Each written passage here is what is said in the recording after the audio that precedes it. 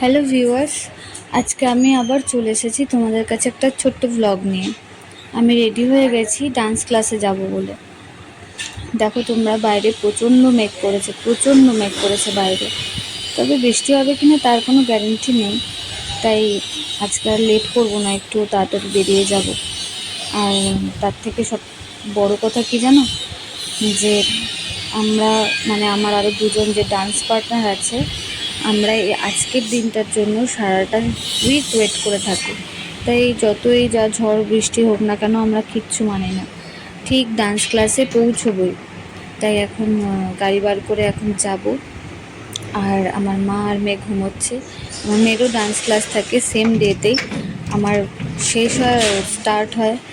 তখন যাচ্ছি ডান্স ক্লাসে। আর তোমরা সবাই ভালো আছো তো? আমিও ভীষণ ভালো আছি। দুদিন ধরে একটু গরমটা পড়েছে, তবে ঠিক আছে।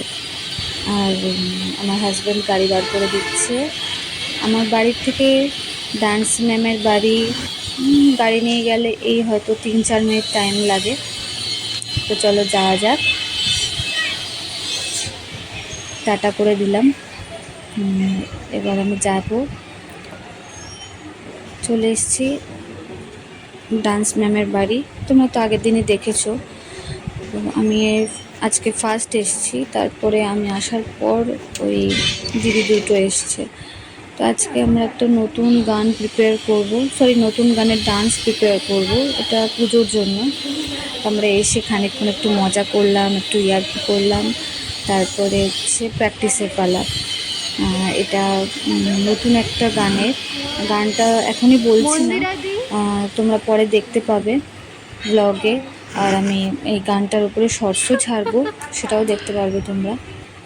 যাই হোক, এখন ডান্স ম্যামের মতো করার চেষ্টা করছি একটু, তবুও উনি তো টিচার, ওনার সাথে সেম করা বিশাল বড় ব্যাপার। যাই হোক, প্র্যাকটিস হয়ে গেল। এবার দিদিরা এখন বাড়ি চলে যাবে। আর আমার একটুখানি দরকার আছে ডান্স ম্যামের কাছে, একটু কথা আছে। এই যে দিদি দুটো চলে যাচ্ছে, আর আমি একটু বসলাম, কারণ মেয়ের সামনে প্রোগ্রাম আছে। মেয়ের কী ড্রেস লাগবে, কী ড্রেস বানাতে হবে, সে নিয়ে একটু কথা বললাম। এখন আমি বাড়ি যাব। আমার মা নিয়ে আসে আমার মেয়েকে, আর এখন মাকে নিয়ে আমি বাড়ি চলে যাব। এবার আমরা যাচ্ছি ট্রেলারের কাছে ডান্সের ড্রেস বানানোর জন্য। কিন্তু এখন কোনো ট্রেলারই বোধহয় নেবে না। তো এই ট্রেলার কাকুর সাথেও কথা বললাম আমরা, কিন্তু এই ট্রেলার কাকু কোনো এখন কাজ নিতে চাইছে না। তোমরা তো জানোই সামনে পুজো, আর এনারা অলরেডি অনেক কাজ ধরে থাকে। তো ট্রেলার কাকু বললো যে না, এখন নিতে পারবে না জামা কাপড়। যাই হোক, কোনো কিছুই এখন অর্ডার নিতে পারবে না। যাই হোক, তবে তোমাদের একটা কথা বলি, আমিও আগে ডান্স শিখতাম ছোটোবেলায়। তারপরে আমার যখন হাই সেকেন্ডারি দেবো, তখন ডান্সটা বন্ধ করতে হয়, পড়াশোনারও চাপ থাকে। কিন্তু এখন আমি আমার মেয়েকে দেখে আমার এখন আবার নতুন করে ডান্সটা শুরু করার ইচ্ছা মনে জেগেছে।